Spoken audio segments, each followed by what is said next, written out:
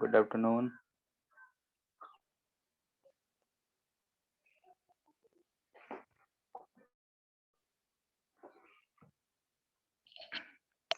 ठीक है, तो लोग इस चैप्टर को पहले खत्म करते हैं। क्वेश्चन सब करते रहो और जो आउट होगा उसको देखेंगे। ठीक है, तो आज ऐसे ही टाइम निकल गया है।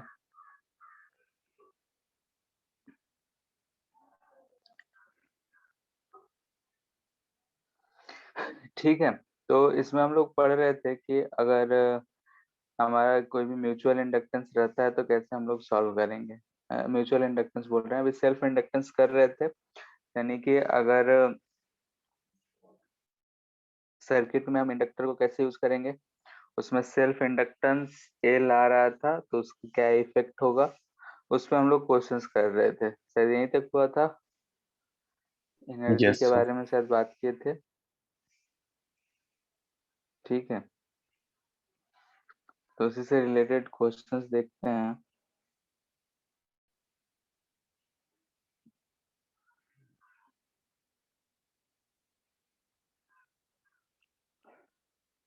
क्वेश्चन था,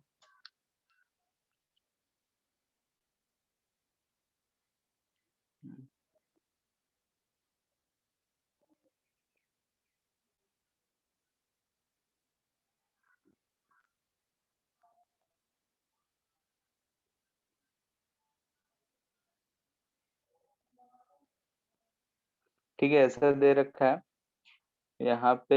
ईएमएफ ई 50 वोल्ट है,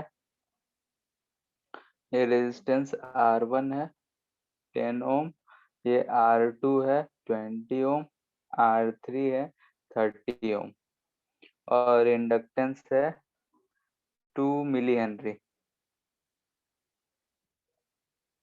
ठीक है, हमसे पूछ रहा है find current through R1, R2 and R3। ठीक है, तीनों के थ्रू करंट पूछ रहा है। व्हेन, तो पहला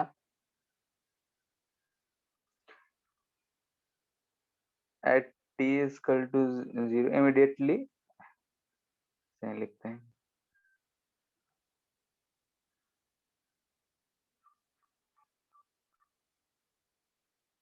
ठीक है, second after long time, third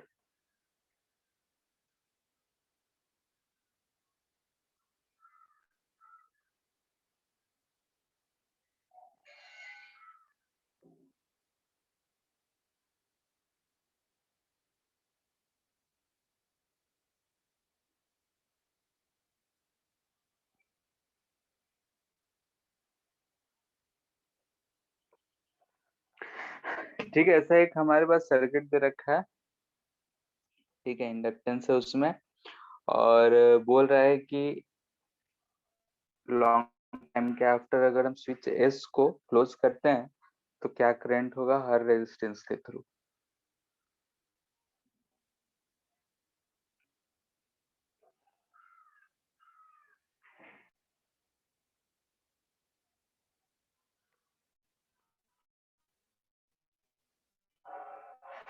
आसान सवाल है। तो एनी टाइम कितने निकालना, हम्म, किसी भी क्या समय। चीज? नहीं, सिर्फ सो इसी टाइम एट पे एनी निकालना टाइम।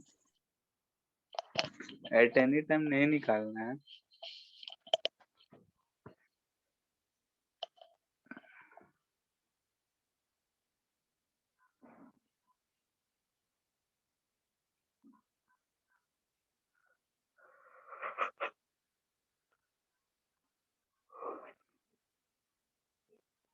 स्विच को जस्ट अगर क्लोज करेंगे उस समय, यानी टी इक्वल टू 0 का बात कर रहा है, उस समय इंडक्टर को हम लोग कैसे ट्रीट करते हैं, ओपन सर्किट या क्लोज सर्किट? Open sir.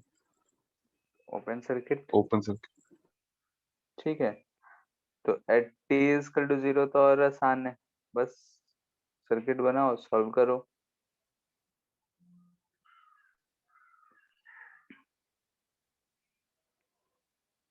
ऐसा सर्किट हमें मिलेगा 30 ओम, 20 ओम, 10 ओम और ये 50 वोल्ट। तो हमें यहाँ पे दिख रहा है कि जो भी करंट बहेगा इसी में बहेगा और y कितना होगा 50/30 यानी कि 5/3 एम्पियर। यानी कि अगर हम I R1 के थ्रू बोले तो 5/3 एम्पियर फर्स्ट केस में, I R2 का बोले तो ये भी इसी के बराबर रहेगा, दिख रहा है। और I अगर हम R3 के क्रॉस बोले Yes. तो कितना होगा फर्स्ट, 0। ये होगा, ओपन है तो उसमें से कोई करंट पास नहीं होगा, तो फर्स्ट सिचुएशन हो गया। सेकंड पूछ रहा है आफ्टर लॉन्ग टाइम, जब हम इसको क्लोज कर दिए उसके बहुत लंबे समय के बाद, तो उस समय पे हमारा जो इंडक्टर होगा वो कैसा बिहेव करेगा। Closed circuit. Short circuit. Inductor short circuit, ठीक है, शॉर्ट सर्किट करेगा तो सर्किट हमारा ऐसा हो जाएगा बस, So 50/22 first ऐसा हो जाएगा। R1 से और 30/22 और 20/22 बाकी दोनों। ठीक है, इसके लिए आर इक्विवेलेंट हमें कितना दिख रहा है बोलो, 10 + 20 × 30/50 22. 22। तो यहाँ से अगर बैटरी के थ्रू जो करंट की हम बात करेंगे वो करंट हमें कितना मिलेगा 50/22, So यानी कि हम बोल सकते हैं 25/11। अब ये करंट यहाँ से आई आया तो इधर I1 जाएगा, इधर I2 जाएगा। तो अगर हम I1 की बात करें तो I1 क्या होगा 20/20 + 30 यानी 50 × 25/11। तो ये हमें कितना दिख रहा है 10/11। तो I3 हमें यहाँ, I2 yes. हमें यहाँ से क्या दिखेगा, सब्ट्रैक्ट कर देंगे तो 15/11 हमें दिख रहा है। इसकी कोई दिक्कत।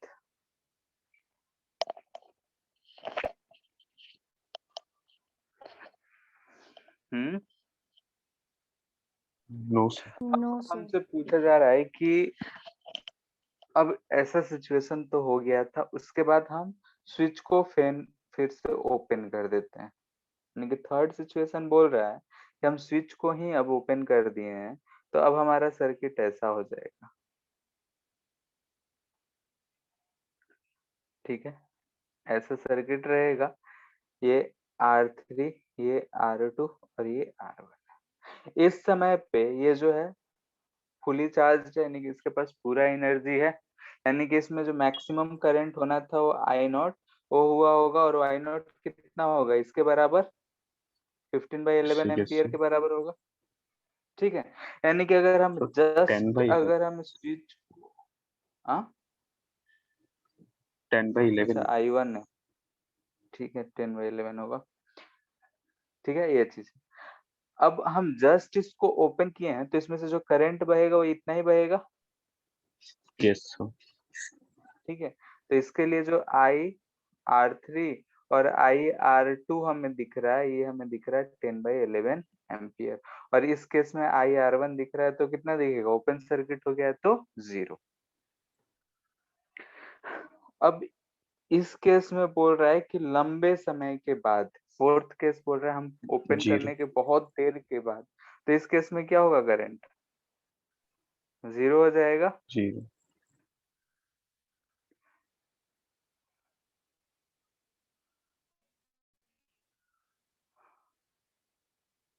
ठीक है, रेजिस्टेंस के थ्रू जो भी एनर्जी था वो डिसिपेट हो जाएगा हीट के टर्म में, और करंट हमें क्या मिलेगा लंबे समय के बाद 0। ये जो है डिके ऑफ करंट वाला केस का सिचुएशन था। तो डिके ऑफ करंट में इनिशियली जो है जो मैक्सिमम होता है वही करंट पास हो रहा होता है, और बहुत लंबे समय के बाद अगर हम देखेंगे तो 0 हो जाता है। क्लियर है। Yes sir. ठीक है,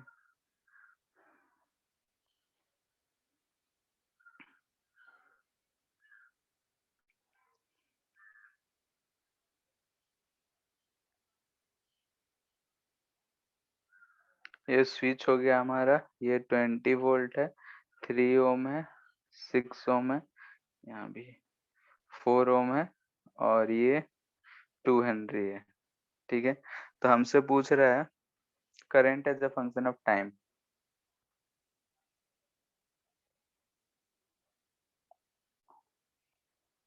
ठीक है, ऐसे सवाल हम लोग किए हुए हैं, आर आर लेकर यहाँ पे हम वैल्यू देती हैं बस।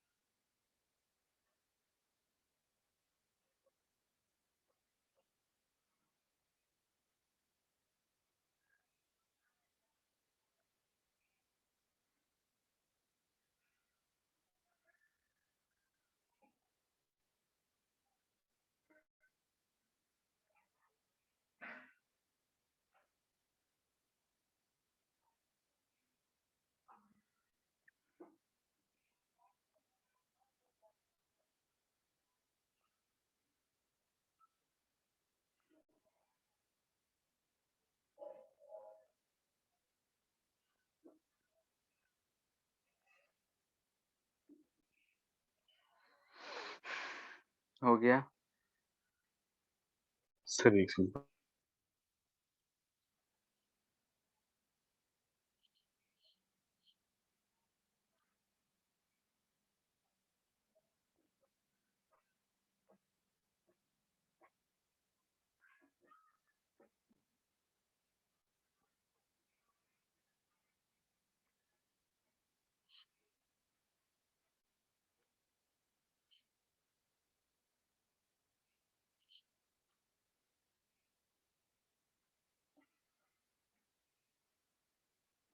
तो हम्म 20/9 into 1 minus e to the power 2.70.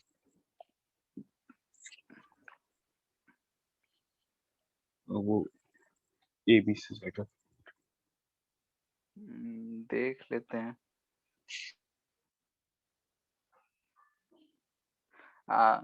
ये टाउ कितना आया? तो 10 by 1 by 27. 2.7. 10/27। Yes sir. ठीक है, ठीक है, यहाँ पे ऐसे ही निकालेंगे। ये 4 है, ये 3 है, ये 4 है। तो यहाँ पे हमें क्या दिख रहा है? ए बी के क्रॉस में, इसे अगर सी बोले तो सी और बी के बीच में 6 और 4 दिख रहा है, तो 6 4 पैरेलल में है। तो ये हमें दिख रहा है 6 into 4/10 प्लस 3, यानी कि ये 5.4 मिला। कितना ही मिल रहा है सबको? Yes sir. ठीक है, ये चीज आ गया। अब मैक्सिमम करंट यानी कि स्टेडी स्टेट के क्रॉस में पोटेंशियल ऑफ ए बी कितना मिल रहा है? ये एल बाई आर होता है, तो हम इसे 2/5.4 बोल सकते हैं। तो ये 10/27 हमें दिख रहा है। ठीक है, अब हमें potential of A be in steady state निकालना है। ठीक है, अगर पोटेंशियल इन ए बी निकल जाएगा तो उससे हम निकाल सकते हैं। Yes sir. ठीक है ना, उसके थ्रू जो मैक्सिमम करंट जा रहा होगा कितना, वही हमें चाहिए। कितना आ रहा है? 20/9. 20/9 आ रहा है। सबका आ गया है? Yes sir. किसी का है जो नहीं आया है? सेकंड के लिए हम क्या करेंगे? In steady state current through inductor, ये हमें पता करना है आई नॉट के लिए। ठीक है, फॉर आई नॉट, क्योंकि हमारा equation I equal to I naught 1 minus E raise to power minus T by tau था। ठीक है, तो हमें ये आई नॉट चाहिए। तो आई नॉट के लिए हम क्या करेंगे? स्टेडी स्टेट की बात हो रही है, तो यहाँ से हम ऐसा 6 था, ये 3 ओम, यहाँ से तो ये ये ओपन सर्किट हो जाएगा। ये बैटरी था, इसके अक्रॉस में हम करंट फाइंड करना चाहते हैं, तो इसके अक्रॉस हम रेजिस्टेंस फाइंड करेंगे पहले। ये 6 3 4, तो यहाँ से आर जो आ रहा है डैश, ये हमें कितना मिलेगा? 6 3 2 4 6 ओम, ये आएगा। ठीक है, तो करंट यहाँ से कितना बहेगा? आई इजकल टू 20 था ना, 20 20/6 ओम। तो इधर से कितना बहेगा बताओ? यही हमारा आई नॉट होगा, yes sir 20/6 9 9 आ रहा है।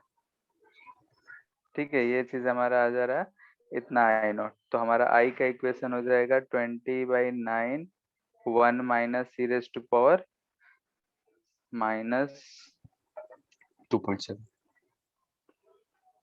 2.7 टी कर सकते हैं।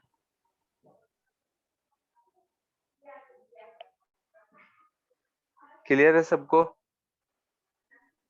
yes sir ठीक है, इसके बाद देखते हैं हम लोग mutual inductance. Sir RL circuit में कोई वेरिएशन नहीं आता है क्वेश्चन में, ऐसा क्वेश्चन तो क्या हम लोग किए थे ना आरसी सर्किट में। क्या चीज बोल रहे हो? सर आरएल सर्किट का लो, क्वेश्चन में और वेरिएशन नहीं आता है। ज्यादा, इससे ज्यादा हम लोग को नहीं देता है। तो फिर ऐसा ठीक है, क्वेश्चन तो हम सीरीज लोग पे। किए थे आरसी सर्किट में। हाँ, आरसी सर्किट और आरएल सर्किट का ऐसे ही क्वेश्चन देगा, ज्यादा से ज्यादा देगा तो सीरीज पैरेलल कॉम्बिनेशन वाला दे देगा। ठीक है, सीरीज सब पैरेलल बाकी कॉम्बिनेशन, रेजिस्टेंस के थ्रू क्योंकि करंट हाँ, क्या क्योंकि ये चीज जो आता है, जो भी चीज हम लोग कर रहे हैं थेवेनिन थ्योरम से आता है। ठीक है, थेवेनिन थ्योरम क्या होता है हम ये तो जानते नहीं है, हाँ थोड़ा बहुत यूज कर ले रहे हैं बस। ठीक है, तो इसलिए इससे ज्यादा वेरिएशंस नहीं देता है। और सीरीज कनेक्शन पैरेलल कनेक्शन रहेगा तो उससे हम लोग को वेरिएशन देके देगा, लेकिन फॉर्मेट फिर से यही लाएगा। ठीक है, सब Yes, sir. बाकी रेजिस्टेंस के करंट क्या होगा? हाँ क्या? जो दूसरे रेजिस्टेंस से करंट कितना पास करेगा? दूसरे तो ऊपर रेजिस्टेंस वाला से क्वेश्चन हाँ करंट। कितना जाएगा इसमें? हाँ, कितना जाएगा तुम बताओ? 3/9 इंटू 20/6 हो जाएगा। माइनस कर दें सर 6 हाँ, ओम इसमें से। से इसको माइनस कर देंगे, यही ना होगा। यस सर, यानी 20 और बाई सर 4 18 ओम से सर कांस्टेंट रहेगा। यही वाला जाएगा 20/6। तो ये दोनों एनी आके टाइम फिर, टी पे। अच्छा एनी यस सर, टाइम पे पूछ रहे हो? तो एनी टाइम टी पे इसी के हिसाब से ना चेंज होगा। ये चीज आया हमारा इंडक्टर के थ्रू, तो इंडक्टर में जितना होगा इधर से उतना ही टाइम पे रहेगा, वैसे ही चेंजिंग होगा। यहाँ पे ये जो इंडक्टर है हमारा क्या हो जाएगा, एक बैटरी की तरह ट्रीट होने लगेगा। तो एक बैटरी है तो करंट का वेरिएशन कुछ तो चेंज होगा। तो सारे तो उसका रेजिस्टर्स के एक्सप्रेशन लिख थ्रू दीजिए ना। टाइम वैरिंग करंट फ्लो होगा। हाँ हाँ, सबसे चेंज होगा। सर 4 ओम पे उसका एक्सप्रेशन लिख देना करंट का। क्या? सर 4 ओम से जो करंट फ्लो कर रहा इस है उसका एक्सप्रेशन।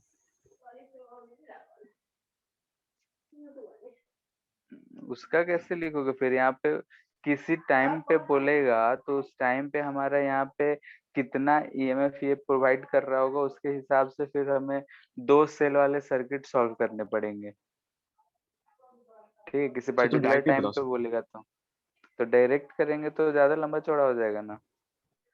आई के हिसाब से तुम ईएमएफ कितना लिखोगे? ईएमएफ अक्रॉस एक इंडक्टर लिखेंगे, यस सर, तो ये क्या लिखेंगे? L D I by D T.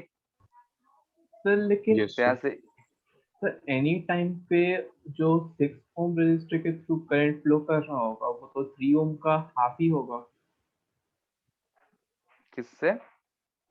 6 ohm resistor के थ्रू जितना भी करंट फ्लो करेगा एनी टाइम पे वो तो 3 ओम के हाफ ही होना चाहिए ना। हाँ सर 20/9 जो सर जो करंट बैटरी से फ्लो हुआ आप उससे बोलेंगे माइनस कर देंगे जो 3 जैसे ओम कि से पास यहाँ हो रहा पे है। जो हमारा एक इंडक्टर है, ये जो चीज स्टेडी स्टेट है, स्टेडी स्टेट में हम क्या कह रहे हैं कि इंडक्टर जो है जीरो पोटेंशियल प्रोवाइड कर रहा है, तब हम ऐसा लिखे हैं। Yes sir. Yes sir. ठीक है, लेकिन अगर हम एनी टाइम की बात कर रहे हैं तो जो हमारा इंडक्टर है कुछ ईएमएफ ऐसा प्रोवाइड कर रहा होगा, यस सर। उस समय जो यस सर। सर्किट हो जाएगा कुछ ऐसा दिखेगा।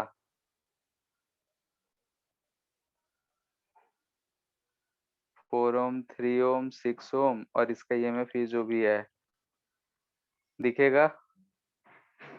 Yes sir. ठीक है, तो इसे दो सेल वाला जो कॉम्बिनेशन कर देते उसके इससे हमें सॉल्व करना पड़ेगा। ठीक है, इसका ईएमएफ टाइम डिपेंडेंट होगा तो सॉल्व करने में से लंबा चौड़ा जाएगा। समझ आ यस रहा है? सर। ठीक है, यहाँ से यस दो दो सर। सेल वाले जो सर्किट है वैसा ही हो जाएगा किसी टाइम पे। तो उस टाइम पे अगर सब में देखेंगे तो उसी के हिसाब से करंट होगा, तो उस समय पे सॉल्व करना उतना आसान नहीं होगा हमारे लिए। ठीक है, फिर हम लोग अब देखते हैं म्यूचुअल इंडक्टेंस। ठीक है, म्यूचुअल नाम से ही पता चल रहा है कि सेल्फ इंडक्टेंस बोले थे तो सेम में करंट को चेंज कर रहे थे, तो उसी में फ्लक्स चेंज हो रहा था और उसी में इंड्यूस्ड ईएमएफ जनरेट हो रहा था। लेकिन अगर मान लेते हैं कि ऐसी सिचुएशन दे रखा हो,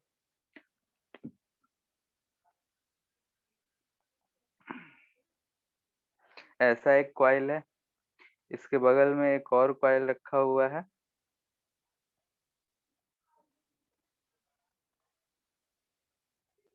ठीक है, मान लेते हैं कि ऐसा, इसमें अगर हम करंट ऐसे आई जो है फंक्शन ऑफ टाइम टी पे भेज रहे हैं, यानी कि चेंजिंग करंट इसमें से हम भेज रहे हैं, तो हमें क्या दिखेगा कि इसमें ऐसा मैग्नेटिक फील्ड जनरेट हो रहा है, और ये मैग्नेटिक फील्ड जो है टाइम वेरिंग है। करंट है यस टाइम सर। वेरिंग, तो मैग्नेटिक फील्ड टाइम वेरिंग। तो हमें दिख रहा है कि इसमें ये जो मैग्नेटिक फील्ड जा रहा है तो इसमें फ्लक्स चेंज हो रहा है। ठीक है, फर्स्ट यस में सर। हमने करंट चेंज किया तो हम देख रहे हैं कि सेकंड में फ्लक्स चेंज हो रहा है। वैसे ही हो सकता था कि हम इसमें से भी कोई करंट भेज सकते थे जिसकी वजह से इसमें भी करंट चेंज हो रहा हो, तो उसकी वजह से फर्स्ट वाले में फ्लक्स चेंज होता। तो यहाँ पे दिख रहा है एक में चेंज की वजह से दूसरे में फ्लक्स चेंज हो रहा है, यानी एक में करंट चेंज कर रहे हैं तो दूसरे का फ्लक्स चेंज हो रहा है। अगर हम इस सेकेंड वाले की बात करें तो इसमें जो फ्लक्स I2 हम लिख रहे हैं, ये क्या डायरेक्टली प्रोपोर्शनल टू I1 दिख रहा है, यानी कि हम yes sir. Current in 1 change करेंगे तो फ्लक्स इन 2 जो है वो चेंज होता हुआ दिख रहा है।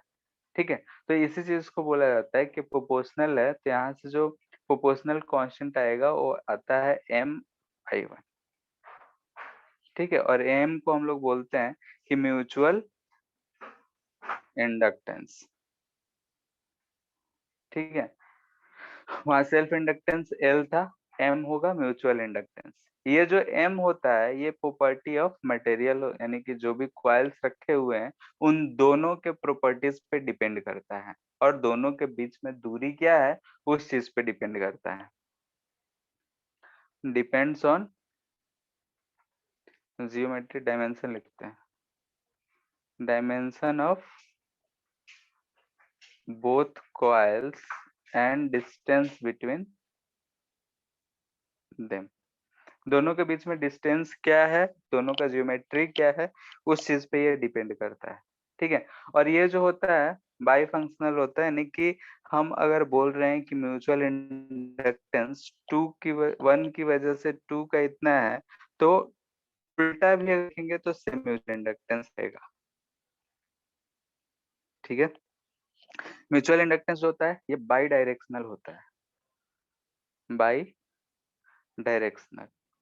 बाई डायरेक्शनल कहने का मतलब ये है कि फर्स्ट में चेंज में सेकंड में आया, तो वैसे ही अगर हम बोलते हैं कि यहाँ करंट I2 है तो हम इसके लिए अगर लिखते तो ये लिखते कि इसमें जो फ्लक्स 1 है वो वेरी कर रहा है वो सेकेंड वाले करंट से, ठीक है। तो ऐसा लिखते तो phi 1 अगर लिखते तो यहाँ फिर से जो म्यूचुअल इंडक्टेंस आता वो दोनों सेम ही आता, ठीक है। अगर हम इस तरीके का नोमेनक्लेचर यूज करें 2 1 ये 1 2, तो यहाँ पे भी 1 2 अगर लिखते हैं और यहाँ पे हम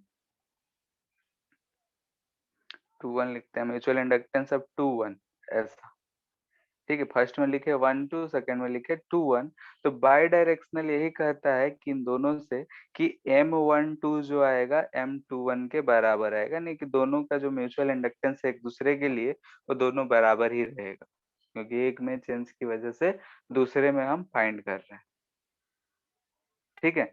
तो हम पहले जैसे लिखे थे उसमें भी कोई दिक्कत नहीं है, ऐसा भी लिखा हुआ रहेगा तो कोई गलत नहीं है।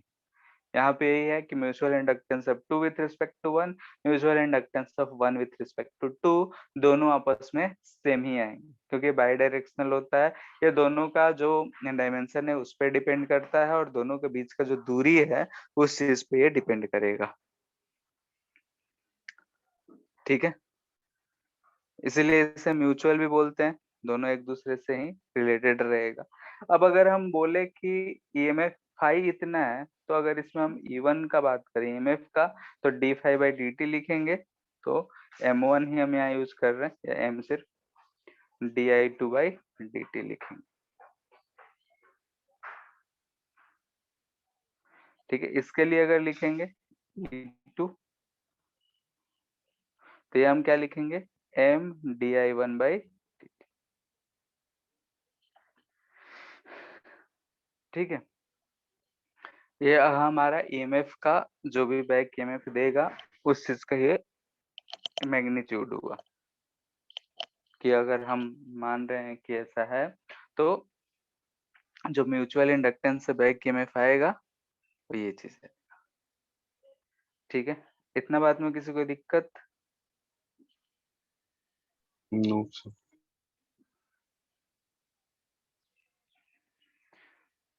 ठीक है, बहुत सारे केसेस में सिर्फ, सर इसका भी हाँ बोलो। यूनिट हेनरी हाँ लेते हैं। वही चीज ना आएगा, Yes, sir. यूनिट क्या आएगा, सेमी आएगा, Yes, sir.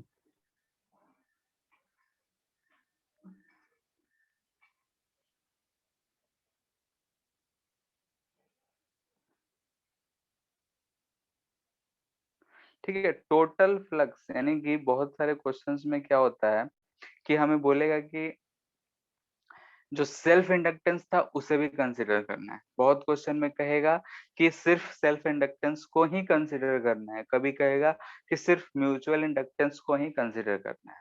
तो हम लोग सेल्फ इंडक्टेंस वाले तो देखें कि अगर सिंगल है तो सेल्फ इंडक्टेंस से 2 है, उसमें भी अगर बोल देगा सिर्फ सेल्फ इंडक्टेंस तो सेल्फ इंडक्टेंस यूज करना है। लेकिन अगर हमें बोले कि सेल्फ इंडक्टेंस और म्यूचुअल इंडक्टेंस दोनों करना है, उस केस में क्या होगा कि उस केस में हम टोटल फ्लक्स हमें फाइंड करना पड़ेगा, ठीक है। यानी कि Yes, अगर sir. हम देखेंगे तो उसकी चेंज, उसकी वजह से चेंज जो भी होगा वो भी, और दूसरे की वजह से जो चेंज होगा वो भी। जैसे कि हम यहाँ पे ये एक कॉइल ले रहे हैं, ठीक है, ये कॉइल नंबर 1 है, ये जो है दूसरा कॉइल है, ये कॉइल नंबर 2 है। हम देख रहे हैं कि इसमें अगर करंट हम I1 वेरी करते हैं, इसमें भी सेम डायरेक्शन में I1 दोनों इंक्रीजिंग ही रखते हैं, ठीक है, I1 इसमें I2, ऐसा करंट है। तो हमें क्या दिखेगा बताओ, ऐसा इसमें करंट बह रहा है, ऐसा इसका मैग्नेटिक फील्ड होगा, इसमें जो करंट है इसका भी मैग्नेटिक फील्ड ऐसा ही होगा, होगा। और अगर ये करंट जो Yes, है sir. इंक्रीजिंग है, इंक्रीजिंग है यानी कि अगर हम डॉट वाला चीज देखें तो नॉर्थ पोल इसका भी इधर है, नॉर्थ इधर है, सेम डायरेक्शन में दिख रहा है, ठीक है। तो सेम डायरेक्शन में अगर दिख रहा है ऐसा, अगर हम देख रहे हैं कि ऐसा सिचुएशन है लेट्स, ठीक है, किसी भी सर्किट में हो सकता है कि हमें ऐसा दिखे, इसका हम L1 बोल रहे हैं, इसका L2 सेम है, और इन दोनों का जो म्यूचुअल इंडक्टेंस है वो M है, ठीक है, म्यूचुअल इंडक्टेंस m है और L1 L2 जो बोल रहे हैं वो सेल्फ इंडक्टेंस है। तो इसके थ्रू अगर हमें टोटल फ्लक्स लिखना होगा, क्या लिखेंगे बता सकते हो? Yes, sir. फाई वन क्या लिखोगे? Phi one So L1 dy by dt plus L1 I2. I1 ना, D तो EMF में लिखते थे। Yes, sir. Yes, sir. L1 I1 mutual की वजह से दिख रहा है कि दोनों का जो मैग्नेटिक फील्ड का डायरेक्शन आ रहा है वो सेम ही आ रहा है, तो दोनों ऐड ही होगा। Yes, sir. इसकी वजह से भी अगर So इसमें जो mi. वेरिएशन आएगा वो सेम सेम डायरेक्शन आएगा तो प्लस आएगा। बात समझ आ रहा है यहाँ पे? तो यहाँ पे क्या लिखेंगे? MI2। वैसे यहाँ पे अगर हम फ्लक्स लिखेंगे तो क्या लिखेंगे? L2 I2 plus MI1। क्यों? क्योंकि इसका जो मैग्नेटिक फील्ड है इसी के मैग्नेटिक फील्ड के अलोंग है, यानी कि सेम डायरेक्शन है। जो भी चेंज आ रहा होगा वो सेम ही आ रहा होगा, इसलिए हम ऐड कर। ठीक है, So वो ड्रॉ करते चलिए हाई पोटेंशियल लोअर पोटेंशियल तो क्लियर हो जाएगा। यहाँ पे ये साउथ दिख रहा है, ये नॉर्थ दिख रहा है, इसमें ये साउथ ये नॉर्थ। Yes, sir. इसका जो मैग्नेटिक फील्ड होगा इसमें अगर जो वेरिएशन होगा इसी डायरेक्शन में तो होगा। Yes, sir. दोनों का मैग्नेटिक फील्ड क्या हो रहा है? सेम तरीके का है, सेम। हम Yes, sir. दोनों इंक्रीजिंग ही माने हैं तो दोनों उधर ही बढ़ रहा है, तो क्या होगा? ऐड होगा। Yes, sir. इसमें भी अगर हम देखेंगे तो इसका जो है इधर ही है, इसकी वजह से जो चेंज होगा वो भी इसी डायरेक्शन में होगा, तो दोनों क्या कर रहे हैं? ऐड कर रहे हैं। तो यहाँ EMF अगर लिखना हो तो क्या लिखेंगे? L1 di1 by dt plus M di2 by dt। वैसे इसके लिए E2 लिखेंगे तो L2 di2 by dt plus M di1 by dt, क्योंकि EMF क्या होता है? d5 by dt होता है।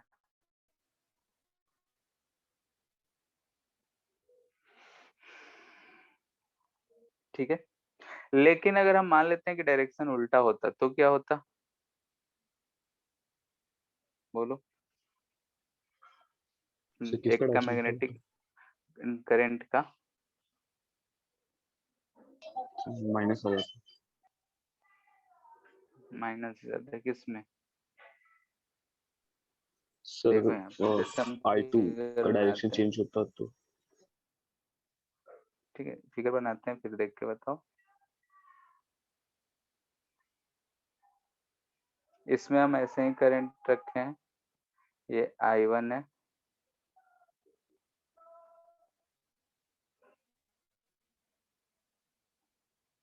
इसमें हम बोल रहे हैं ऐसा करंट जा रहा है, ठीक है, ये I2 है। तो क्या होगा? अगर इसमें देखें तो मैग्नेटिक फील्ड का डायरेक्शन ऐसा ये जनरेट कर रहा होगा, यस सर। और इसका जो मैग्नेटिक फील्ड है वो ऐसा होगा, यानी कि दोनों का अगर वेरिएशन हम बोल रहे हैं कि करंट इंक्रीजिंग ही है, सर ये भी इंक्रीजिंग है, ठीक है। तो फ्लक्स में क्या चेंज आएगा बताओ?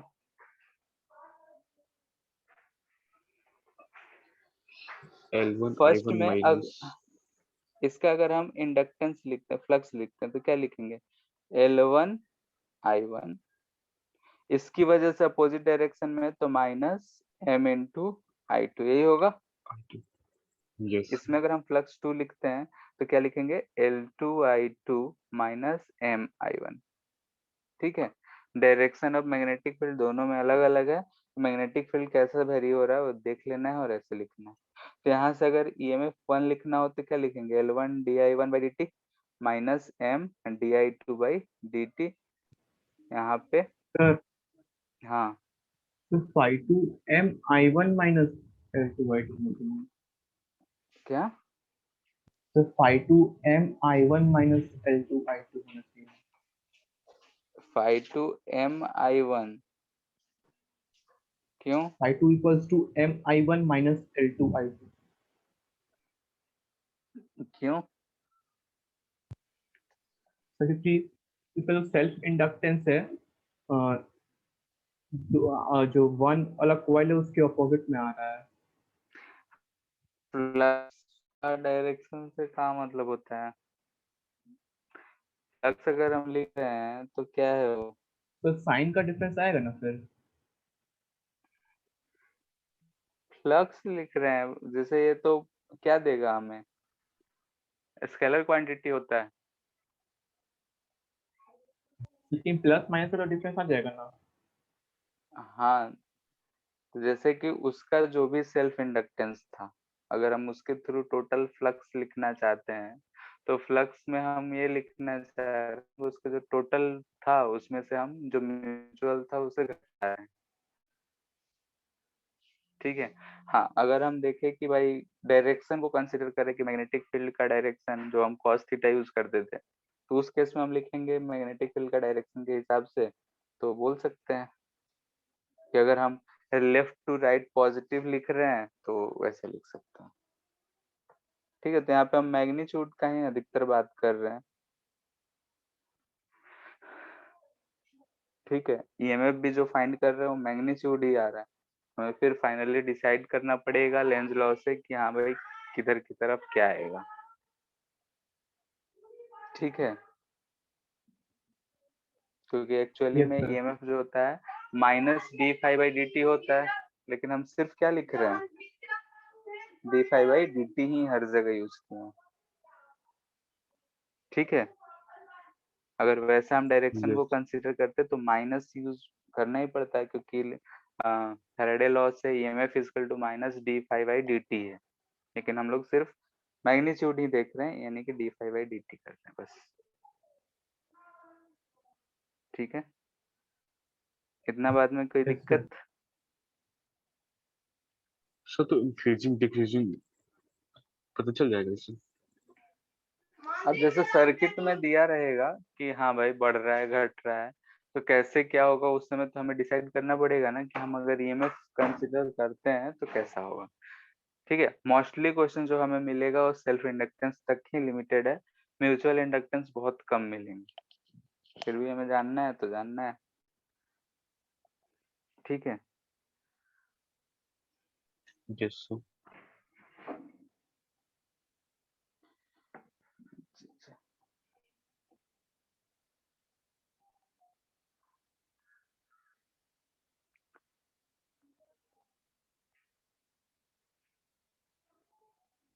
Mutual inductance.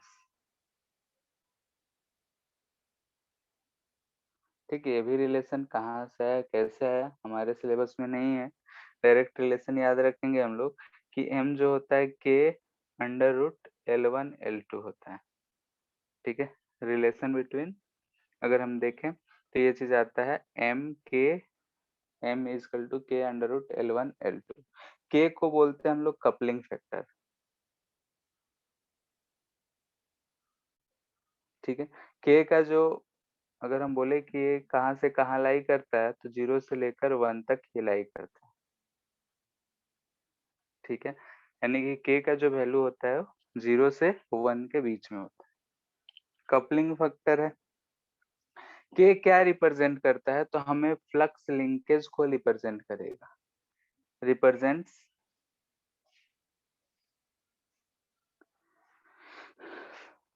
Flux linkage. ठीक है, यानी कि दोनों कॉइल्स जो होंगे उसके बीच में कितना फ्लक्स का लिंक है उस चीज को ये रिप्रेजेंट करेगा। जैसे अगर हम बोले कि एक कॉइल यहाँ पे रखा हुआ है, ठीक है, दूसरा कॉइल यहाँ है, यानी कि बहुत लंबा आर जो है बहुत लंबा है बहुत दूर है, लेट से टेंड्स टू इंफिनिटी है। ठीक है, तो ऐसे केस में हमें इसका इफेक्ट इस पे कुछ नहीं पड़ेगा।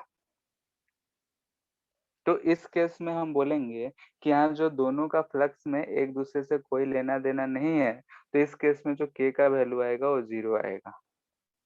0 कब? यानी कि coils are separated very large distance.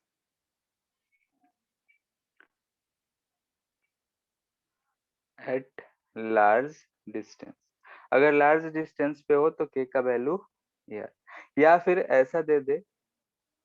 ठीक है, ऐसे कॉइल है, एक कॉइल है, दूसरा कॉइल ऐसा रखा हुआ है, ठीक है, सोलेनोइड की बात कर रहे हैं, दोनों आपस में परपेंडिकुलर है, तो इसका जो फ्लक्स है इसके कॉइल से कोई लेना देना नहीं होगा, वो दोनों का डायरेक्शन अलग है, तो इस केस में भी हम बोलेंगे कि के का जो वैल्यू है वो 0 ही है, दोनों का फ्लक्स एक दूसरे को हेल्प नहीं कर रहा है, यानी कि मैग्नेटिक फील्ड दूसरे का फ्लक्स चेंज नहीं कर, उसके एरिया से पास नहीं हो रहा।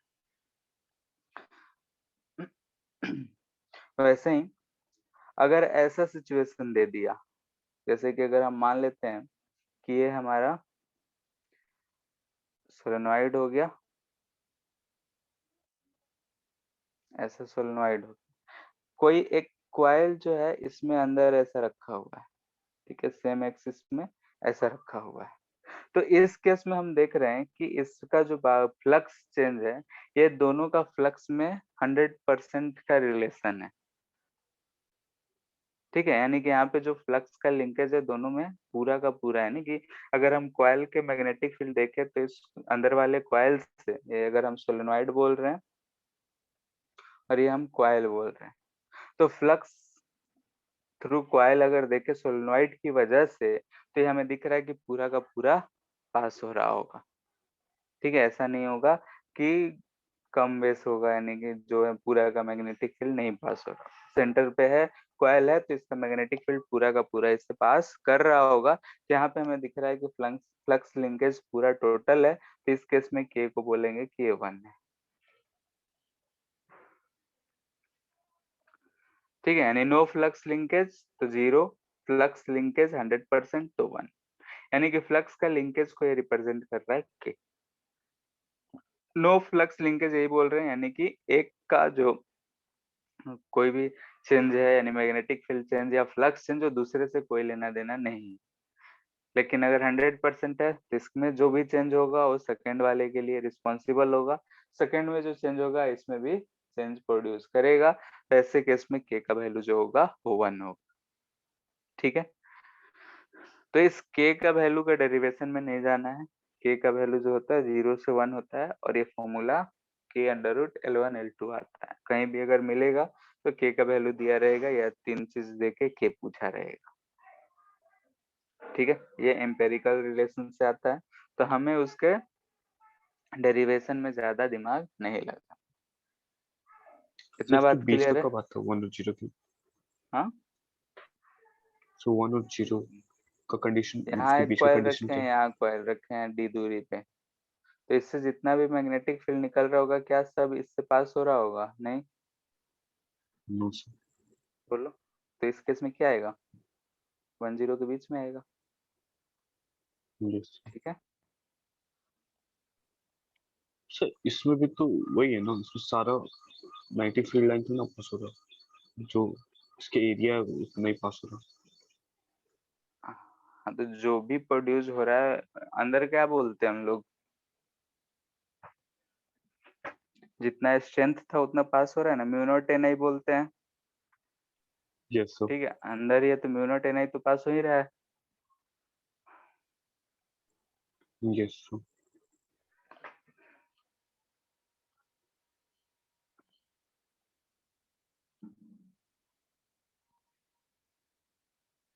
ठीक है, इंडक्टर्स इन सीरीज कॉम्बिनेशन, अगर हम लोग सीरीज कॉम्बिनेशन में रखेंगे तो क्या होगा, इसमें दो केस पड़ते हैं, ठीक है, दो केस, यानी कि जो अभी हम लोग देखे वही, एक इंडक्टर ऐसा रखा हुआ है लेट से, ठीक है, दूसरा इंडक्टर यहाँ से चेंज किया ऐसा रखा हुआ है, ठीक है, दोनों में अगर हम बोले कि करंट जो है ऐसा जा रहा है, इसमें से भी करंट ऐसा जा रहा है, ठीक है, यानी कि सेम चेंज जा रहा है, हम बोल रहे हैं कि इधर की तरफ ये दोनों का नॉर्थ पोल, यानी कि दोनों का जो एक्टिव रीजन बन रहा है वो सेम डायरेक्शन में बन रहा है, तो सेम डायरेक्शन में अगर बन रहा है, इस केस में हम लोग क्या बोलेंगे कि जो φ1 होगा वो क्या होगा, L1I1 प्लस आई तो सेम है, तो यहाँ पे L1I एंड Mi यही होगा, φ2 अगर बोलेंगे तो L2I प्लस Mi यही बोलेंगे, यस ठीक है, तो ये फ्लक्स है, तो इसी के अकॉर्डिंग ईएमएफ भी लिखेंगे, L1 Yes, di sir. by dt plus m di by dt। इधर से अगर हम बोले कि E2 क्या होगा तो L2 di by dt plus m di by dt।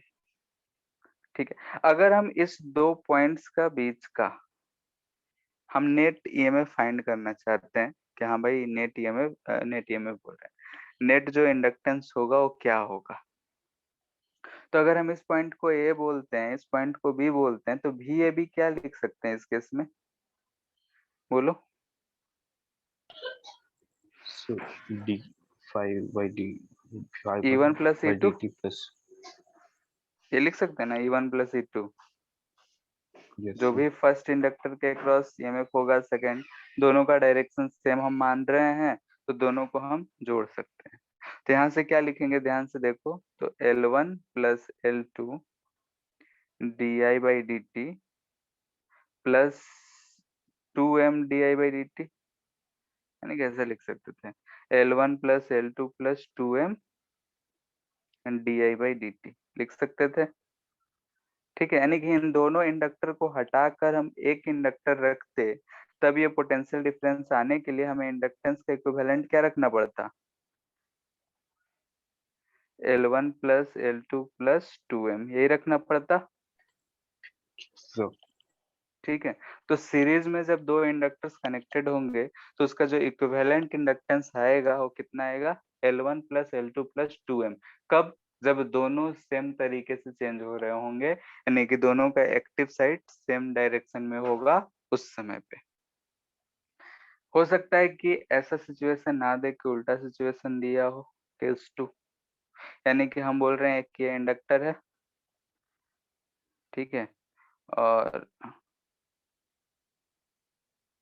ऐसा सिचुएशन है लेट से, ठीक है, ऐसे सर रखा हुआ है। हाँ सर जो लोग डॉट बनाते हैं वो जो करंट फ्लो कर रहा है उसका नॉर्थ पोल है या फिर जो इंड्यूस करंट है उसका नॉर्थ पोल है? नहीं, जब वो एक्टिव हो जा रहा है उसमें जो नॉर्थ रिप्रेजेंट कर रहा है उसका है। ठीक है, जैसे वो एक्टिव बन गया उसमें एनर्जी स्टोर हो गया, अब वो एनर्जी जो है किस डायरेक्शन में अब मतलब नॉर्थ पोल रिप्रेजेंट करेगा उसको है, क्योंकि जब एक बार चार्ज हो जाता है उसके बाद हम लोग रिप्रेजेंट करेंगे उसको। ठीक है, यस सर। जैसे कि हो सकता है कि ऐसा सिचुएशन है, इसको ऐसा भी हम बना सकते थे। ठीक है, कि करंट इधर से ही जा रहा है आई, लेकिन इसका इधर से नॉर्थ पोल है, ये चार्ज करके हम जोड़े थे, लेकिन ये वाला जो है नॉर्थ पोल की तरह टिल्ट होगा। तो ऐसा रहे, या फिर ऐसा ही दे दिया है, आई बह रहा है, इसमें से करंट ऐसा दिख रहा है। ठीक है, तो दोनों सिचुएशन सेम चीज को ही रिप्रेजेंट करता है। इसमें अगर हम फ्लक्स बात करें, ये होगा ए बी के क्रॉस, तो इस केस में हम क्या लिखेंगे, डायरेक्ट लिखते हैं, डायरेक्ट लिखे हैं क्योंकि पहले तो सब कुछ लिखा हुआ है। यहाँ पे एल इक्विवेलेंट क्या आएगा बताओ, so li L1i plus minus m L equivalent पूछ रहे हैं। फ्लक्स लिखोगे तो लिखोगे L1i माइनस एम आई, yes 2 sir. लिखेंगे तो L2i माइनस एम आई। वैसे ईएमएफ अगर लिखेंगे तो क्या लिखेंगे, L1i minus D I by D T, M D I by D T, यहाँ पे E2 हो So जाएगा। L equivalent is equal to L1 plus L2 minus 2. ठीक है, तो यहाँ से हम डायरेक्ट लिख रहे हैं, दिस इम्प्लाइज दैट कि एल इक्विवेलेंट जो आएगा वो कितना आएगा, L1 plus L2 minus 2m। ठीक है, तो इस चीज को ध्यान से, प्रूफ हमें कहीं नहीं पूछेगा, बोर्ड में है नहीं तो पूछेगा नहीं। ठीक है, ध्यान से याद रखना है कि अगर सेम तरीके से चेंज हो रहा होगा, वेरी हो रहा होगा, यानी कि दोनों का पॉजिटिव टर्मिनल सेम तरफ आ रहा होगा, तो उस केस में प्लस 2m होगा। अगर एक अपोजिट आ रहा होगा पोलरिटी तो माइनस 2m आएगा। क्लियर है?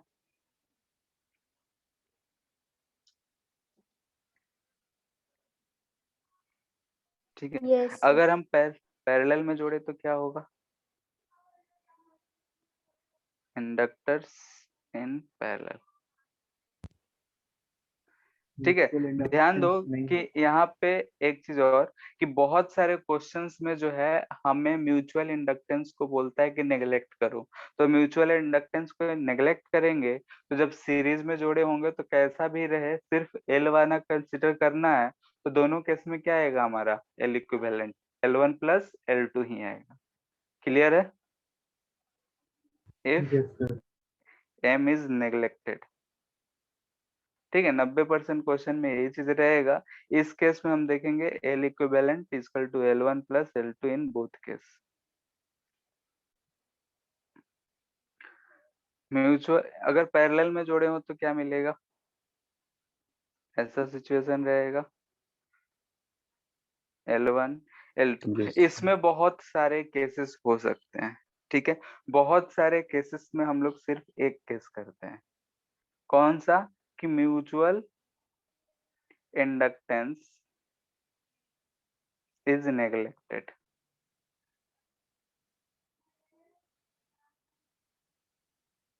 इसमें कॉम्बिनेशन में बहुत सारे केसेस हो सकते हैं, कंडीशन के हिसाब से कि हम किधर रखें कैसे रखें, म्यूचुअल इंडक्टेंस वेरी कर सकता है। तो इसमें हम लोग सिर्फ एक केस पढ़ते हैं, कौन सा, वो म्यूचुअल इंडक्टेंस को नेग्लेक्ट करें।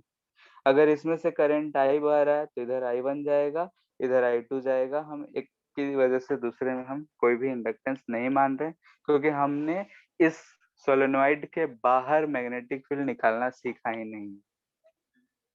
ठीक है, हम लोग यही मानते हैं कि लॉन्ग सोलेनोइड है तो बाहर में इलेक्ट्रिक मैग्नेटिक फील्ड 0 है, तो एक दूसरे का कोई म्यूचुअल इंडक्टेंस नहीं होगा, इसलिए हम उसे नेग्लेक्ट करते हैं।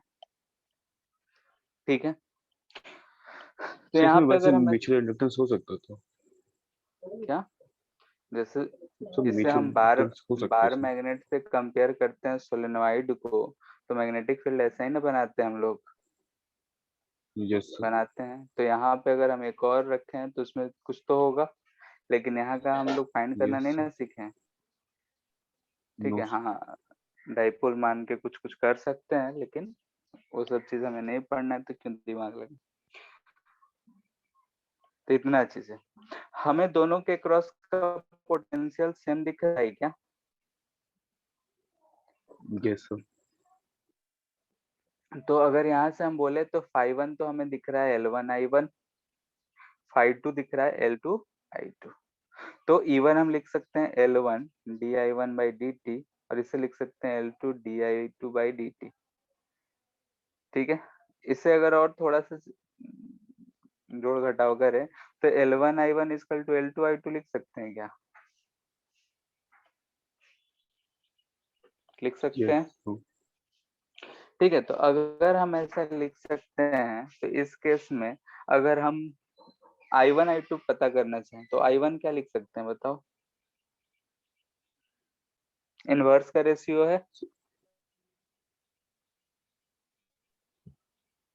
यहाँ से हमें दिख रहा है ना, L is inversely proportional to I। Inverse का रेशियो है, दिस इम्प्लाइज दैट कि अगर I1 लिखना हो तो क्या लिखेंगे, L2 by L1 plus L2 into I, resistance वाले जैसा। I2 क्या लिखेंगे, yes L1 by L1 plus L2 into I। ये चीज है। क्या आप बता सकते हो कि L इक्विवेलेंट क्या आएगा?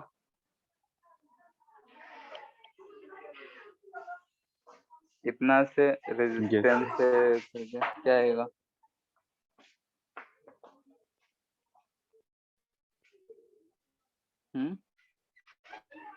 सर आई के टर्म में आई ऐड करेंगे तो क्या आ जाएगा?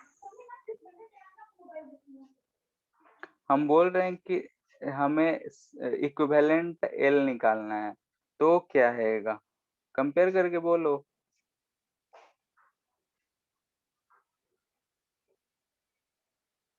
चलो देख लेते हैं।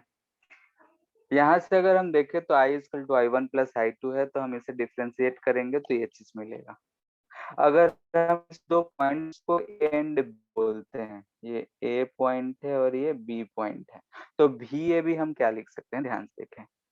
VAB हम लिख सकते हैं L equivalent into DI by dt, या फिर L1 di1 by dt, या फिर लिख सकते हैं L2 di2 by dt। किसी को कोई दिक्कत इसमें? नहीं, तो हम ऐसा लिख सकते हैं, ठीक है। तो यहाँ से हम di by dt को VAB by L equivalent, di1 by dt को VAB by L1 ऐसा हम पुट करें, यानी कि इन दोनों इक्वेशन को हम यूज करके नीचे लिखें, हम ऐसे लिख सकते हैं, ध्यान से देखें तो VAB by L equivalent equal to VAB by L1 plus VAB by L2, ठीक है। क्योंकि ऊपर हमारा करंट डिस्ट्रीब्यूशन रेजिस्टेंस के इक्विवेलेंट आया था, तो यहाँ भी वही चीज आ रहा है। अगर हम म्यूचुअल इंडक्टेंस को नेग्लेक्ट किए थे तो L equivalent L1 plus L2, अगर हम कंसीडर कर रहे थे तो अलग आ रहा था। यहाँ पे हम म्यूचुअल इंडक्टेंस को नेग्लेक्ट करे हैं, तो जो हमारा वैल्यू आ रहा है वो 1 by L equivalent equal to 1 by L1 plus 1 by L2, ये चीज आ रहा है। क्लियर है इतना? Yes, sir.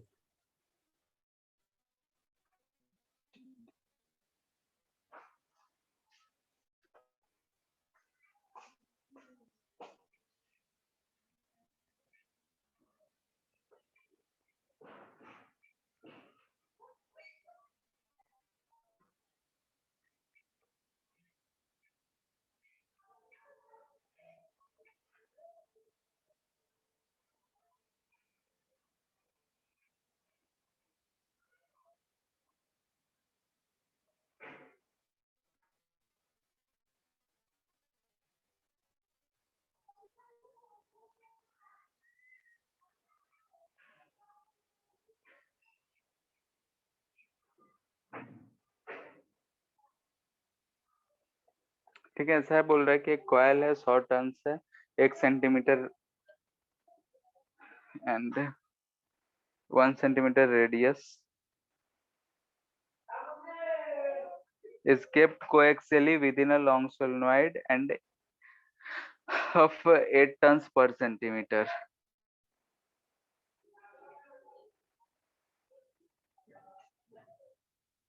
क्वेश्चन क्लियर है?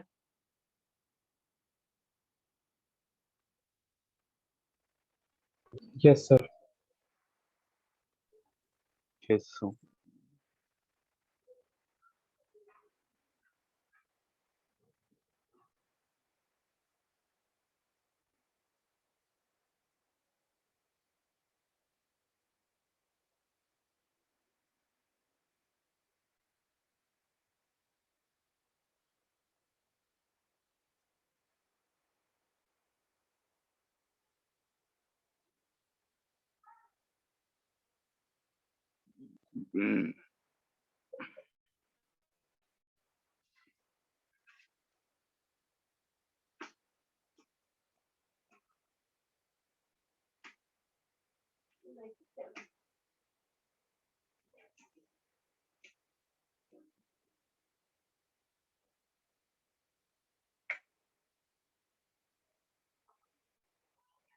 सर दोनों का लेंथ सेम है।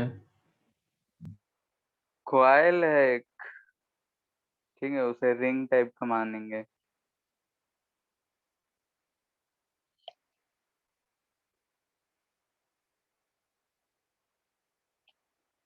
ठीक है, अंदर में रखा हुआ है, तो मैग्नेटिक फील्ड कितना होगा सोलेनोइड की वजह से?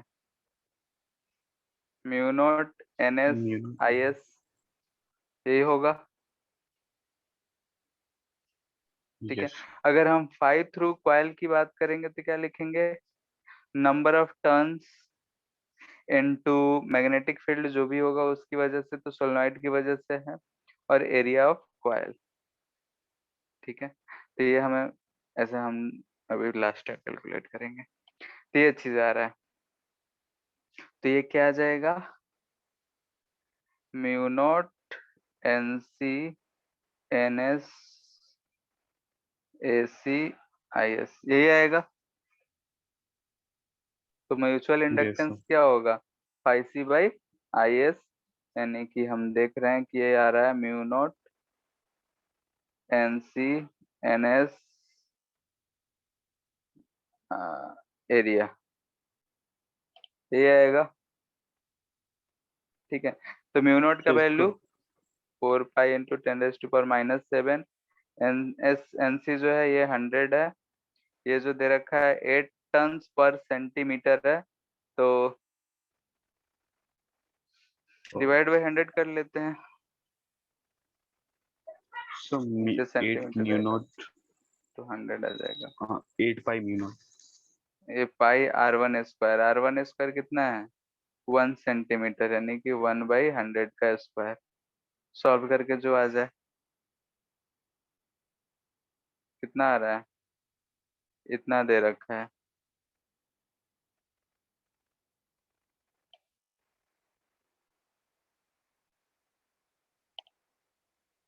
तो थोड़ा ऊपर कीजिए ना।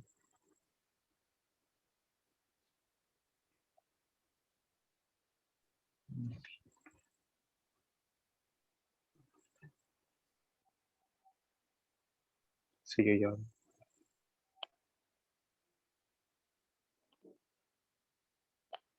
क्वेश्चन है, एक लॉन्ग स्ट्रेट वायर ऐसा रखा हुआ है, ठीक है, इसके बगल में एक ऐसा रेक्टेंगुलर कॉइल रखा हुआ है। रेक्टेंगुलर कॉइल का डायमेंशन जो है वो ए और बी दे रखा है। यहाँ से ये दूरी जो है ये एल है। अरे क्या कर रहा है,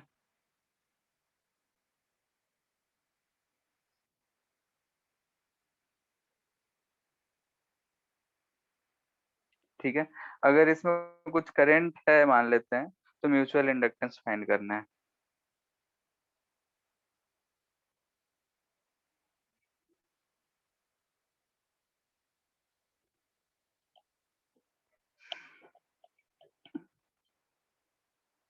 काम क्या कर रहे हैं हम लोग, फ्लक्स फाइंड करना। फ्लक्स में ये क्वेश्चन शायद किए थे ऐसा, यस यस सर। सर। ठीक है, तो फ्लक्स फाइंड कर लेंगे, हो जाएगा। इसे होमवर्क में दे देते हैं, यस सर। ठीक है, क्योंकि फ्लक्स हम लोग ऐसे क्वेश्चन में फाइंड किए थे, तो यहाँ भी फाइंड करोगे तो आ जाएगा। क्या करेंगे, आर दूरी पे जाके एक एलिमेंट लेंगे,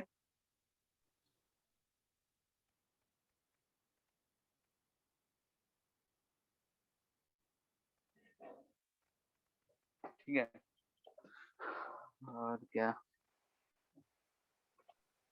सर कैसे से किसका क्वेश्चन रहेगा। म्यूचुअल, तो क्या, किस, तो यहाँ से ये वायर और अगर स्क्वायर जाके का एक म्यूचुअल दूरी पे इंडक्टेंस। एक छोटा सा dx लेंगे, तो इसके थ्रू फ्लक्स फाइंड कर लेंगे। Yes sir. और इस dx को अगर टोटल फ्लक्स फाइंड कर लेंगे, तो फ्लक्स हमें मिल जाएगा, आई के टर्म में रहेगा, तो 5/I क्या होगा, यस म्यूचुअल सर। इंडक्टेंस, ठीक है। Sir yes sir. Mu not be by 2 pi into ln a plus l by l। ठीक है।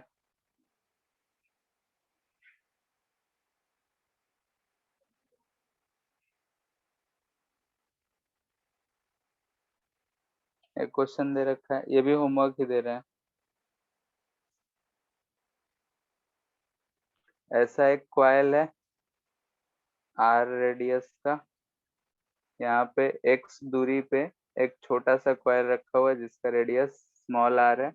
कह रहा है कि x जो है much much greater than capital R है, एंड ये जो स्मॉल आर है ये भी मच मच लेस देन ये है। दोनों चीज दे रखा है। कह रहा है कि अगर इसमें कोई करंट आई ऐसा बह रहा है, तो उसकी वजह से फर्स्ट कॉइल में क्या म्यूचुअल इंडक्टेंस होगा। नहीं, calculate flux through coil A due to current in coil B, ठीक है, हो जाएगा। फ्लक्स निकालना है, यस सर। यहाँ पे हिंट दे देते हैं कि हम उल्टा सोचेंगे, म्यूचुअल इंडक्टेंस तो दोनों का सेम होगा, ठीक है, तो कोई करंट मान के ए में हम बी का म्यूचुअल इंडक्टेंस फाइंड करेंगे, और इसका फ्लक्स निकालना है तो क्या कर देंगे, एम इंटू आई कर देंगे, हो जाएगा। सर बात लेकिन समझ आ यहाँ रहा है। पे यस सर, कह रहा है इसमें करंट, तो यहाँ पे हम इसके through magnetic yes sir, field तो हम यस पूरा फाइंड नहीं कर सकते हैं ना, तो हम तो फ्लक्स फाइंड नहीं कर सर, यस सकते सर, हैं इसके थ्रू, क्योंकि हम सिर्फ किसी भी करंट कैरिंग कॉइल के एक्सिस पे ही फ्लक्स निकालना सीखे हैं, मैग्नेटिक फील्ड निकालना सीखे हैं। यस तो हम सर, उल्टा सोचेंगे कि हम मान लेंगे कि इसमें से करंट कुछ आई डैश बह रहा है, इस आई डैश के लिए दोनों के बीच में हम म्यूचुअल इंडक्टेंस फाइंड कर सकते हैं। यस सर, कर सकते ठीक है, कर ही लेते हैं, या फिर करना हो जाएगा। Yes sir. ठीक है, तो यहाँ से हम पहले फाइंड एम फर्स्ट। ठीक है, पहले क्या फाइंड करना है, एम। एम किसको कैसे मानते हुए कि ए से बी की है, क्योंकि यहाँ से मैग्नेटिक फील्ड आराम से लिख सकते हैं, एम आ जाएगा तो हम फ्लक्स एम इन टू आई लिख लेंगे। क्लियर है? नहीं होगा तो हैं। नेक्स्ट यस क्लास सर, में पूछना, बता। ठीक है, फिर तो हम लोग देखते हैं, लास्ट टॉपिक है एलसी ऑसिलेशन।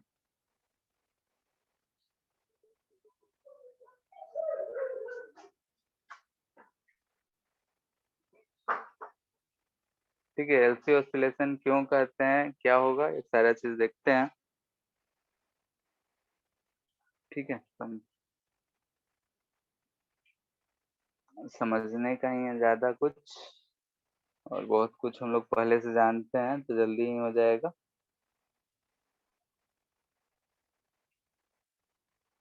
अभी तो कोई काम है नहीं, क्लास नहीं ना है 3 बजे से।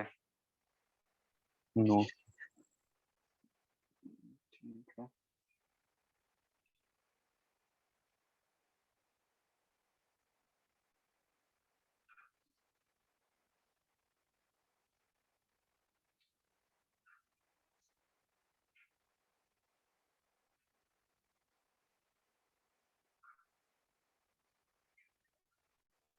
सो उसका आंसर क्या था? हम्म, तो क्वेश्चन का आंसर तो याद नहीं है, कुछ आएगा, mu naught pi R square 2/x² plus R square raise to power 3/2 ऐसा कुछ करके था। सो उसमें प्रॉब्लम।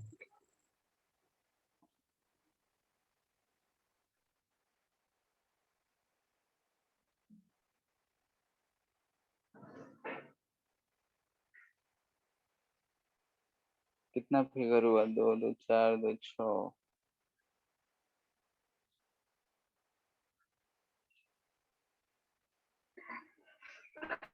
अब देखते हैं सिचुएशन।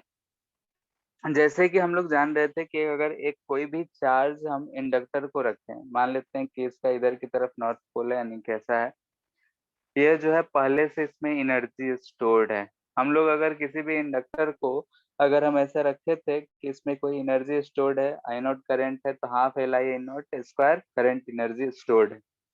हम लोग इसे किसी रजिस्टर से कनेक्ट कर रहे थे, तो इसमें करंट बह रहा था और वो धीरे धीरे रजिस्टर के थ्रू एनर्जी खत्म हो जाता था। लेकिन अगर हम बोले कि यहाँ पे t इक्वल टू 0 पे इसे हम क्लोज कर दें, तो t इक्वल टू 0 पे अगर हम क्लोज करेंगे तो हमें क्या मिलेगा, बोलो। करंट जो है इसमें बहना शुरू होगा।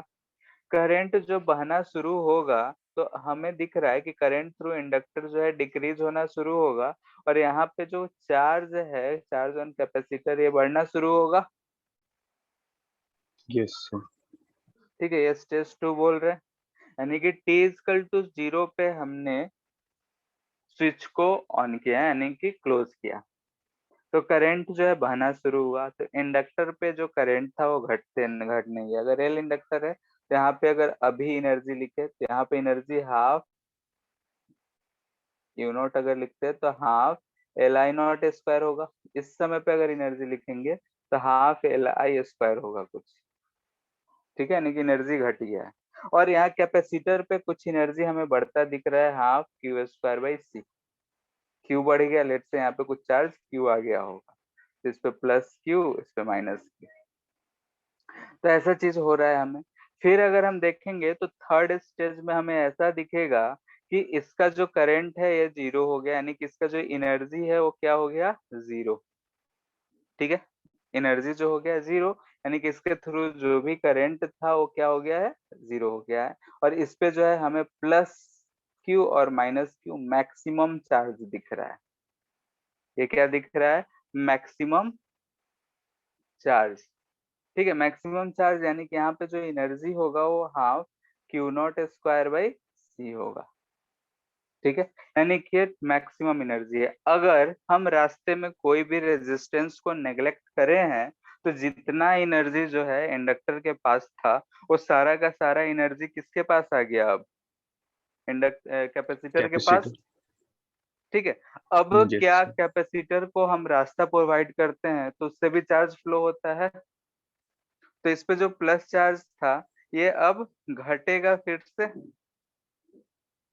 ठीक यस है, सर। यानी कि यहाँ से अब हम दिख रहा है कि चार्ज इधर घट रहा है और इसमें जो है इधर की तरफ अब करंट बढ़ रहा है। ठीक है, यानी कि धीरे धीरे हम फाइनली देखेंगे कि इसमें इधर की तरफ आई नॉट जो एनर्जी स्टोर हो गया और इस पे जो चार्ज था वो जीरो हो गया। तो ये स्टेज 4 दिख रहा है। स्टेज 5 में ऐसा हुआ, यानी कि फिर से हम देख रहे हैं कि जितना भी एनर्जी यहाँ पे था वो सारा का सारा अब किस पे गया, इंडक्टर पे। ठीक है, अब इसमें क्या यस होगा कि इधर से है तो अब इधर से इसमें करंट बहना शुरू होगा और ये आई जो है इधर की तरफ अब घट रहा है। आई घट रहा है तो इस पे जो है अब प्लस चार्ज, इस पे माइनस चार्ज, और ये क्यू जो है इस पे बढ़ रहा है। ठीक है, बढ़ते बढ़ते फाइनली फिर इस पे आई जो है जीरो हो जाएगा और इस पे हमें प्लस क्यू और इस पे माइनस क्यू मिलेगा। ठीक है, फिर से ये जो है फाइनली ऐसे ही करते हुए हमें फिर से क्या मिलेगा, दो फिगर और बना सकते हैं लेकिन हम एक ही में बोल रहे हैं कि इस पे चार्ज जो है जीरो हो जाएगा और इसमें करंट ऐसा आई नॉट आ जाएगा। क्लियर है, तो हमें क्या दिख रहा है कि जहां से शुरू किए वहीं पे पहुंच गए, ऐसा चल रहा है। यानी कि एनर्जी जो पहले इंडक्टर पे स्टोर था वो कैपेसिटर पे गया, कैपेसिटर से फिर इंडक्टर, इंडक्टर से कैपेसिटर, ऐसा ही ये ऑसिलेट कर रहा है। और इतने स्टेजेस में हम दिख रहा है 6, 5, 6, 7, 8 और 9, दो स्टेज यहाँ बना सकते थे लेकिन हम 8 ही लिख रहे हैं। ठीक है, तो इतने स्टेज में हमें दिख रहा है कि एनर्जी जो है oscillates between inductor and capacitor.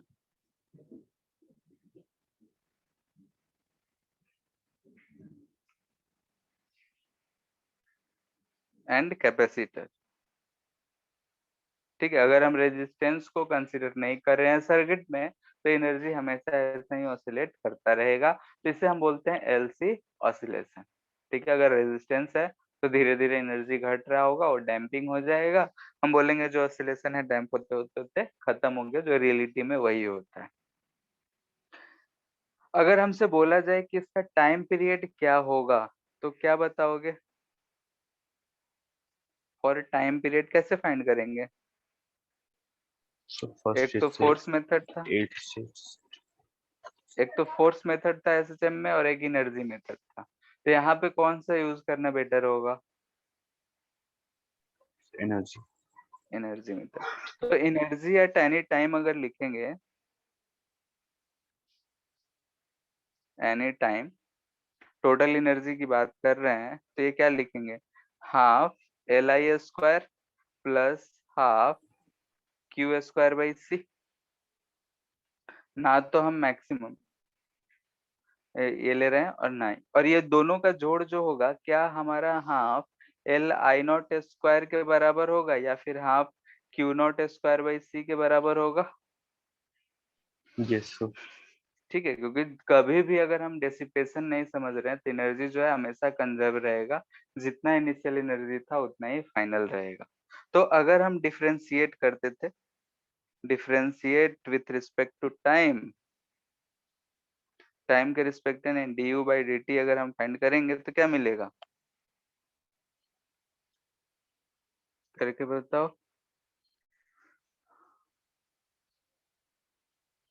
बोलो। यहाँ पे 1/2 L into 2I di by dt yes, plus 1/2 2q by c dq by dt। ये चीज मिल रहा है, ठीक है। तो ये चीज मिल रहा है और ये इक्वल टू क्या मिल रहा है, 0। यहाँ से ये 2 0, 2 गया, ये भी 2 2 गया। तो यहाँ से हम ऐसे बोल सकते हैं Li di by dt plus q by c dq by dt equal to 0। और क्या चेंज कर सकते हैं, हाँ i है तो i को हम लोग dq by dt लिखते हैं, yes sir, लिखते हैं। तो हम यहाँ से बोल सकते हैं कि d2q by dt square plus चलो Li q by c dq by dt equal to 0। ऐसा है, और क्या चेंज कर सकते हैं? सर आई तो कट जाएगा ना, dq by dt आई है। dt, अच्छा हाँ, dq by dt तो आई ही है, yes sir, दिख रहा है। ये इससे कैंसिल हो जाएगा। हम बोल सकते हैं since dq by dt equal to I है, तो यहाँ से हमें क्या मिल रहा है, d2q by dt square plus 1 by lc into q equal to 0। ये मिल रहा है। हम लोग एसएचएम में पढ़े थे कि अगर ऐसा इक्वेशन रहता है तो एसएचएम को रिप्रेजेंट करता है, इक्वेशन रिप्रेजेंट करता है, किए थे। तो वैसे ही यहाँ पे भी इक्वेशन आ रहा है, दिख रहा है। यानी कि इससे अगर हम कंपेयर करें तो कंपेयरिंग बोथ इक्वेशन हमें जो मिल रहा है ओमेगा का वैल्यू ये 1/√LC मिल रहा है, ठीक है। तो ये ओमेगा हो गया, तो टाइम पीरियड जो होता है 2π/ओमेगा होता है, यानी कि √LC मिलेगा। अच्छा 2π छोड़ दिए, √LC। फ्रीक्वेंसी पूछेगा तो 1/T, ठीक है। अगर ये चीज पता है तो हम इस इक्वेशन का सॉल्यूशन जानते हैं कि charge at any time, charge at any time, ठीक है। किसी टाइम पे चार्ज लिखना हो तो हम इस इक्वेशन को सॉल्व करके लिख सकते हैं। तो हम टाइम पीरियड ओमेगा के टर्म में लिखते हैं, Q इक्वल टू लिख सकते हैं हम Q0 sine omega T plus five, ठीक है। फाइव जो है फेज को रिप्रेजेंट कर रहा है, यानी कि इनिशियल 0 अगर एनर्जी था कैपेसिटर पे, यानी इनिशियल चार्ज 0 था, तो ये फाइव 0 रहेगा। इनिशियल अगर कुछ रहेगा तो होगा। इक्वेशन से सब वाकिफ हो। yes sir, करंट अगर हम पूछेंगे किसी टाइम में तो ये dq by dt होता है। यहाँ से हम फाइंड कर सकते हैं, कितना आ जाएगा, Q0 omega so omega into T plus five, omega q, yes sir, ठीक है। तो यहाँ से हमें दिख रहा है कि मैक्सिमम करंट अगर I0 की बात की जाए तो Q0 इंटू ओमेगा मिल रहा है, ठीक है। ऑल्सो हम लोग एक इक्वेशन वेलोसिटी के लिए वहां पढ़े थे कि v equal to omega √a square minus X square. तो वैसे ही हम यहाँ पे I लिख सकते हैं omega √Q0 square minus Q, किसी टाइम पे चार्ज के साथ अगर लिखना चाहे तो। क्लियर है इतना?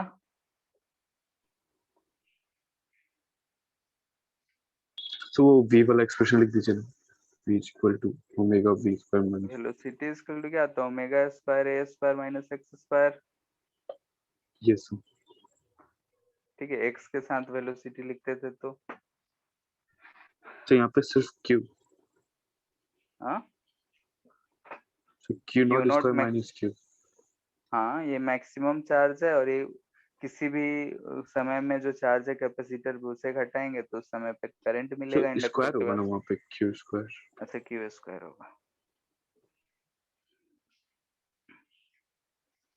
ठीक है। Yes sir. तो ये लास्ट वाला चीज है, ये वेब से रिलेटेड है, एसएसएम से रिलेटेड है, तो उससे फॉर्मूला बेस्ड क्वेश्चन यहाँ पे रहते हैं, ज्यादा कुछ नहीं रहता है। फेजेस वेजेस के बारे में है, तो इनिशियल कितना है, वो t इक्वल टू 0 पे कितना चार्ज है, उससे हम पता कर लेंगे कि फाई जो है इनिशियल फेज को रिप्रेजेंट करता है। सर वो ऊपर में टाइम पीरियड वाला में आप अंडर रूट क्या लिखे थे, एलसी लिखे थे? हाँ, अच्छा एलसी। ठीक है, इतना ठीक है। तो हमें ईएमआई सर में इतना कुछ पढ़ना है। हाँ, सर जो इलेक्ट्रोमैग्नेटिक वेव है सर यही है सिर्फ? नहीं, यहाँ पे वेव अभी कहाँ है।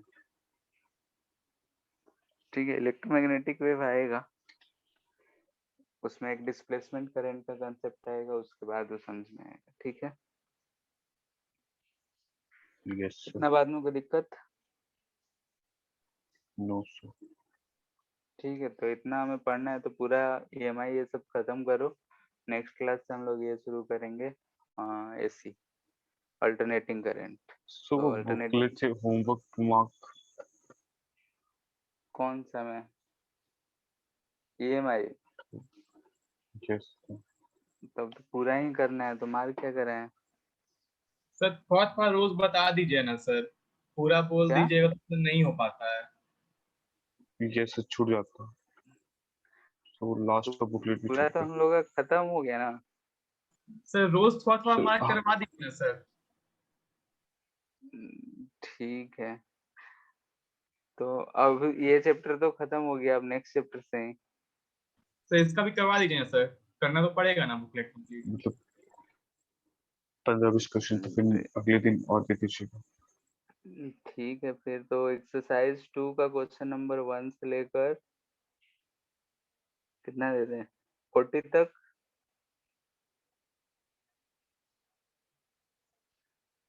एट 79 क्वेश्चन है टोटल। सर तब 30 कर दीजिए। सर फिर ठीक से है, बोलिए तो ना। 1 से 30 तक एक्सरसाइज 2। Yes sir. सब्जेक्टिव से भी एक दो दीजिए। सर फिर से रिपीट कर दीजिए ना, नेटवर्क चला गया था। एक्सरसाइज 2 में क्वेश्चन नंबर 1 to 30। ठीक है, और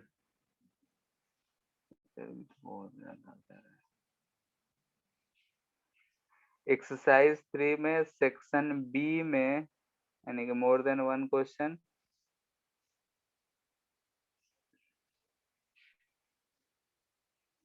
सेक्शन बी में कितना क्वेश्चन है?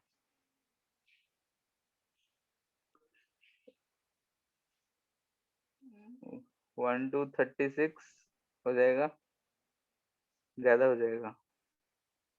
सर पहले प्रैक्टिस एक्सरसाइज दे दीजिए ना।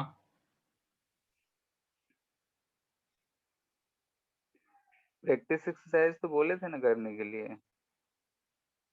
नहीं सर, इससे पहले जो था मैग्नेटिज्म उसका बोले थे। अच्छा, एससी वर्मा हो गया इसका ईएमआई का 1 सर to आधा हुआ। 40 के आसपास तो बोल ही देते, तो उससे भी कर लेना है। प्रैक्टिस एक्सरसाइज में कर लेना है, इजी इजी इसमें हमको दिख रहा है, और कुछ क्वेश्चंस हम लोग कर भी लिए हैं। तो 1 से 25, ठीक है। तो होमवर्क ये दे रहे हैं पहले, practice exercise question number 1 to 25 and exercise 2 1 to 30, 55 question. ठीक है, यस सर। धीरे धीरे करते रहो। ठीक है, फिर इतना करो। और ज्योत्सना? सो प्रैक्टिस नाम ही है उसका। हाँ, प्रैक्टिस एक्सरसाइज एक्सरसाइज। 1 में है प्रैक्टिस यस सर। एक्सरसाइज। तो मेडिकल वाला बना रही है? हाँ सर। तो कहीं दिक्कत हो रहा है तो पूछ लिया करो। ठीक है, मेडिकल वाला बुकलेट और एचसी वर्मा बना लो। अब HC Verma mostly objective 1, objective 2 और सब्जेक्ट ये क्या बोलते हैं शॉर्ट वाले कर लो, उतना से तुम्हारा हो जाएगा। और प्रैक्टिस के लिए है तो लास्ट के कुछ क्वेश्चन छोड़ के बाकी सब कर सकते हो। ठीक है, जहां भी दिक्कत हो उससे पूछ लेना। ठीक है फिर। Thank you sir. Yes sir. Thank you thank sir. You sir.